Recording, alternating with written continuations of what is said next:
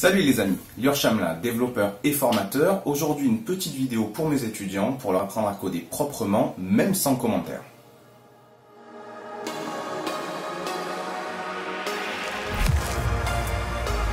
Mon but aujourd'hui, c'est de faire vraiment une petite vidéo courte sur quelques bonnes pratiques sur les variables et qui vous permettront d'avoir un code qui soit propre et clair. Prenons l'exemple suivant. J'ai ici un petit script en JavaScript, mais ce que je vais dire s'adresse à tous les développeurs, qu'ils fassent du C#, du PHP, du Ruby, du Java, peu importe le langage.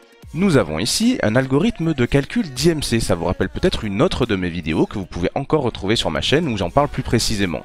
Ici, mon but, c'est plutôt de vous montrer comment cet algorithme pourrait être plus clair.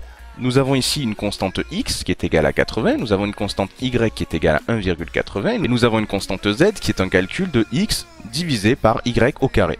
Ensuite, on a une étape dans laquelle on affiche l'IMC qui a été calculé. Alors, ce code est relativement clair puisqu'on a des commentaires pour s'y intéresser. Ce que vous devez comprendre aujourd'hui, c'est que ce code pourrait être beaucoup plus clair et ce, même sans aucun commentaire. Alors, évidemment, le but n'est pas de vous encourager à ne pas commenter votre code. Il faut évidemment le commenter.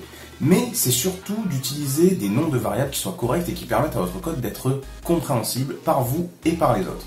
Ne bougez pas, je reviens.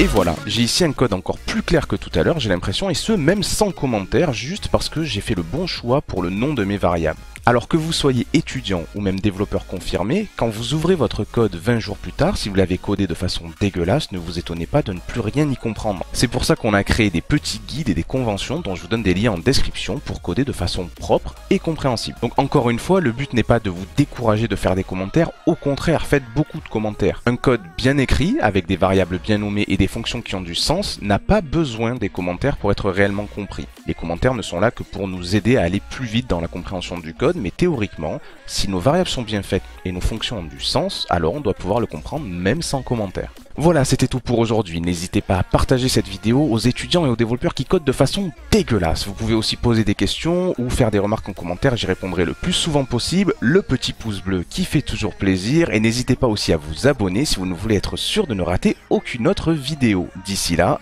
développez-vous bien.